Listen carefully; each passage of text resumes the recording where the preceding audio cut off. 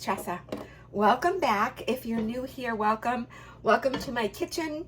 Still under construction, but we're getting closer. I promise you, in the next few weeks, you're going to start to see more progress. But we've got cooking supplies and tools and all sorts of things, diffusers, all sorts of things, all in the kitchen. So I am preparing today to make some Italian dishes. And so what I'm doing to start is making some of the basics that I'm going to use to make the dishes. So today I'm going to make some homemade ricotta cheese, and I'm also going to make some sauce, probably a quicker sauce, but we'll see. All right, so I have a gallon of milk. This is milk from a local farm. If you know, you know. It's really delicious milk. Oh, and I gotta get the top off. There we go. I just picked it up today when I was out this morning, and I did this with the intention that I would have a half a gallon to make ricotta cheese with and half a gallon to drink or use in other things. So this is nice and creamy and delicious. So this is whole milk, and it's quite delicious. I'm gonna actually, now that I've taken some out, give it another shake just to make sure.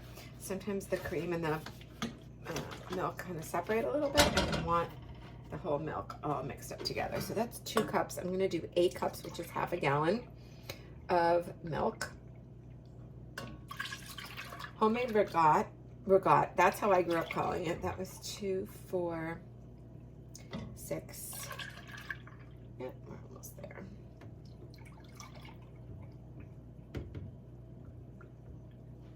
Yeah, perfect. All right.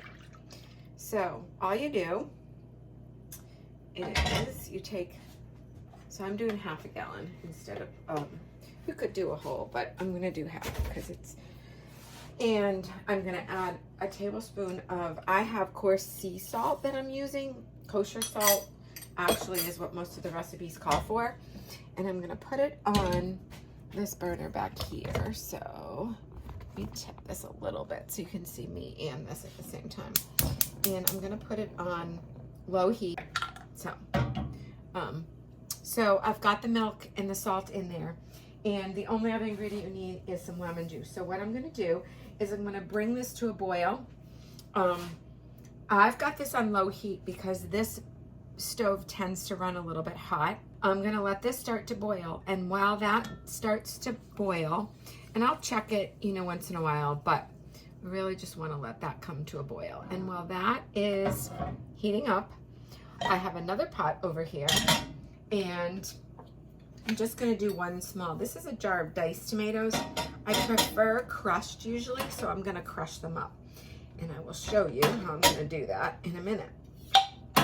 So if you don't have one of these, it is one of the most handy kitchen gadgets. It's actually Pampered Chef. My mother way back in the day was a Pampered Chef lady, and she got me one of these. And it has this top that can grab like the top of a small, like a bottle, like a water bottle or something like that. But this side is the magical side. So if you have a jar, you know, any jars that are sealed, like jars like this, you know, this is professionally canned and it's sealed. And sometimes it's hard to open because you need to pop the seal. So you take this and you just go like this. And if you heard what I did, it just pops the seal for you and then makes the jar easier to open. Usually it's easier to open. This one's pretty tight. There we go. Okay, so these are diced tomatoes, and what I'm gonna do is I'm gonna use my crusher, and I'm gonna crush them up because I'm gonna make tomato sauce, and I would really prefer, I'm just gonna add a tiny bit of water just to get the extra tomatoes out of there. You don't want to waste any of them, right? And a little bit of water is not going to hurt. It's going to cook off anyways. Okay. So before I do anything else, I am going to use this, and I'm gonna crush them up.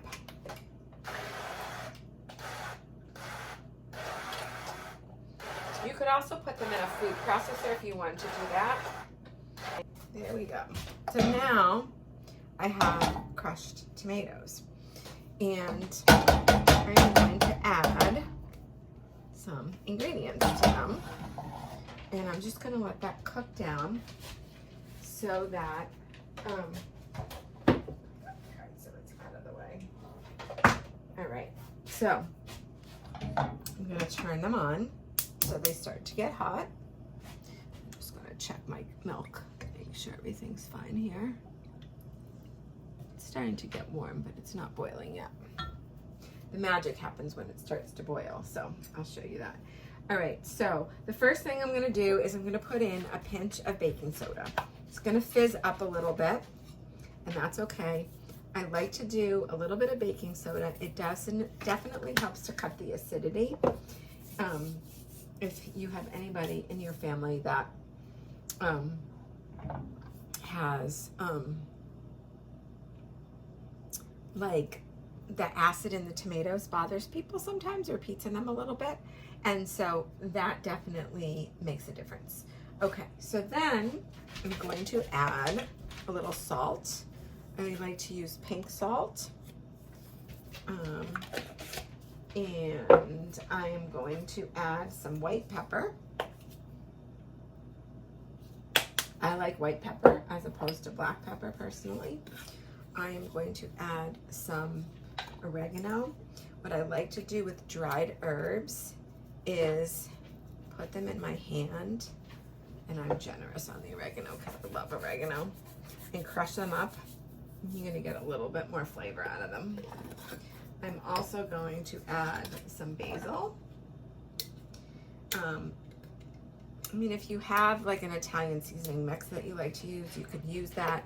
I prefer to kind of make my own as opposed to using that. So this is basil. Sometimes you can get tomatoes that already have basil in them, but I would probably add a little bit. And now that the weather's starting to warm up, and I'm going to start planting herbs, I will be, and wow, that started to boil really fast. So I'm also adding a little bit of thyme. I do like thyme too. I love fresh herbs. So I'm going to be planting all of these in my garden, in my yard. And all right, so I'm going to let everything get going. I'm going to get a couple of other supplies that I need. So as you can see, that tomato sauce, it's actually fizzed up a little bit, and that's just from the baking soda, and that's typically normal. I like to add a little red wine. I have some organic Merlot here, and so I'm just going to put a little bit of that in. It will cook off. I just think it gives it some really nice flavor. So I'm adding a little bit of that. And then the other thing that I'm putting in there is I had some roasted garlic. I just peeled it in the freezer. What I do a lot when I get garlic in the summer or the early fall, I had gotten 5 pounds of garlic when I first moved into this house. And I was going to try to plant it, but I missed the planting I didn't realize the frost was early. Anyway, so I roasted a bunch of it, and I chopped a bunch of it, and I keep it in the freezer. So I've got a couple cloves of roasted garlic that I'm going to throw in here. And this is just going to cook. I'm probably going to let this cook down for maybe even a couple of hours. It would depend on how quickly I want to use it. After an hour or so, it will be fine. But I'm going to let that cook down, and I am going to just move a couple things out of the way and get ready for to make the ricotta, because the bubbles are starting a tiny bit there. So let me just clean up and move a couple things out of the way. And really all I'm going to need for that now is the lemon juice. I used this coarse sea salt that I had. It's going to melt in there anyway. So it's definitely starting to get hot. And I have stirred it a couple times because I just don't want it to stick on the bottom. And I think what I'm actually going to do is switch burners because, I'll tell you why. I want to be able to boil this on about a medium heat and then simmer it on low. So I'm going to move it over here. Put my sauce here, just kind of out of the way while I get this to a boil. Because once this boils, and you reduce it to a simmer, you add the lemon juice and you kind of stir it, it's gonna curdle pretty quickly and be ready to go. So I want to show you the other things that I'm going to use. So I moved the sauce kind of out of the way and took it off the burner for a couple minutes. So I like to use organic unbleached cheesecloth. You're going to need some cheesecloth. So I already cut a piece and have it ready to go. I just wanted to show you that. I think I got this from, I'm not sure where I remember I got this. I might have picked it up at Whole Foods, or I might have bought it on Thrive Market. Probably Thrive Market when I placed an order. So I've got like a double layer of cheesecloth in a colander. And so what I'm gonna do is, when this is ready, we're gonna pour it into here. So I just like to have this ready to go. So what you're gonna do is and it's starting to boil. So this is when the exciting part happens. Okay. So we're gonna let that come to a boil. And I'm gonna get what I'm gonna do is I'm gonna measure my lemon juice and I'm gonna pour it in this measuring cup and just have it ready to go. So it's gonna take 3 tablespoons of lemon juice. Some recipes call for vinegar, but I have made it this way before and it's come out really good. So I'm gonna stick with this recipe. So you just need the acid, because what it's gonna do is it's gonna curdle the milk, and you're gonna get the curds, which makes the ricotta cheese, and you're gonna get whey. So this is starting to boil, and so what I'm gonna do is pour the lemon juice in.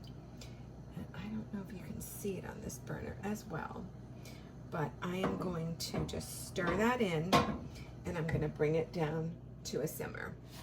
So I'm gonna lower the heat, and we're gonna let that simmer, and magically it's gonna just curdle up.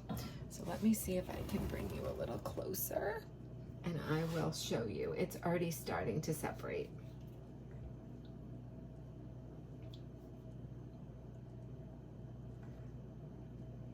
I love ricotta cheese, it's delicious. So I was debating whether I was gonna maybe make some lasagna, or I have some eggplant and do something with the eggplant.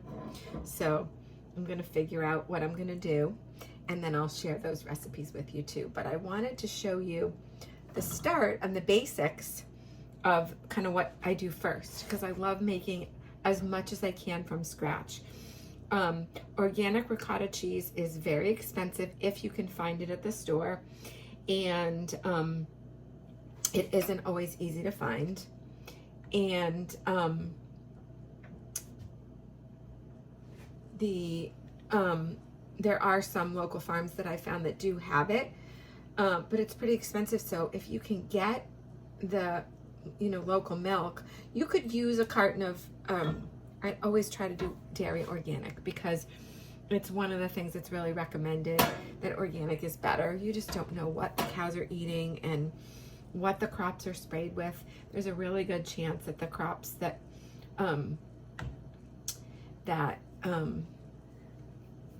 they are spraying the crops, whatever the grass and the greens that the cows are eating, there's a really good chance that they're spraying with glyphosate, or they're using products that have that, and you don't want that in your food.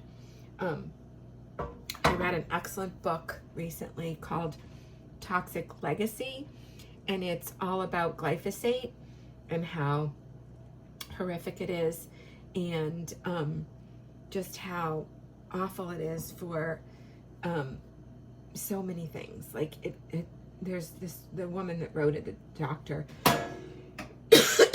excuse me, really believes that it is the cause for a lot of conditions that people live with these days. It's a very, very toxic chemical, And the only way that you know for sure that food don't have glyphosate or traces of glyphosate is if they're organic. And even then, there could still be some traces. But did you know that food that's genetically modified, that's not, even if it says non-GMO, could be sprayed with glyphosate before they pick it? It's not genetically modified, but they do use glyphosate. As a matter of fact, almonds, I started doing only organic almonds when I found this out, because almonds is one of the highest crops that is sprayed with glyphosate before they're picked. And I was doing almond milk and eating almonds, and I was like, oh. So now I will only do almonds if they are organic, because if organic, they can't spray it with glyphosate. So, and this process of making ricotta cheese is, you don't want to rush it. All of a sudden, it just comes together really quickly once it starts. And then it's like magic. And then you have a bowl full of whey and a bowl full of ricotta. I'm just going to keep chatting with you about Italian food. So I like eating ricotta cheese on a slice of Italian bread with some grated pecorino romano on top and some fresh basil or dried basil or oregano. I think it's delicious that way. I like to make eggplant rollatini or lasagna with eggplant or zucchini layered in. You could actually do it just with the vegetables, and you don't even have to do the noodles. I do have some brown rice noodles that are organic. I mean, yeah, they actually are organic, but they're so gluten-free brown rice lasagna noodles that I haven't tried yet. So I was thinking maybe I would try those and maybe layer in some zucchini or some eggplant with that. But I love eggplant rollatini. You can do it with either fried eggplant or roasted eggplant, and you can I just think ricotta cheese is delicious. I also like it in scrambled eggs. How do you like your ricotta cheese? It is starting to curdle, if you can see that. And it's starting to come together. See that? It's definitely curdling up. You can see that in the pot. So I'm just going to give it another minute or so and let it kind of fully curdle. You're only going to get, out of 8 cups of milk, you're probably going to get 2 or 3 cups of ricotta. And then you're going to get all this whey. And the whey you can use in cooking, or you can I think you can use it in a smoothie if you have animals like pigs, or a lot of people give it to their pigs, but there are uses for it, and I'll find some recipes to link below for you if you do this, so that you know what you can do with the whey. And yeah, so it's pretty much done. It gets to a point where it's curdled and you can't really get much more out of it. So I'm gonna just turn the heat off and check it, but I think it's pretty much done. And then what I'm gonna do now is I'm gonna pour it into the colander, so you can see that. I'm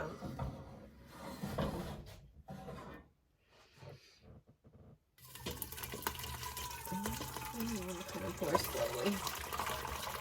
That was hot.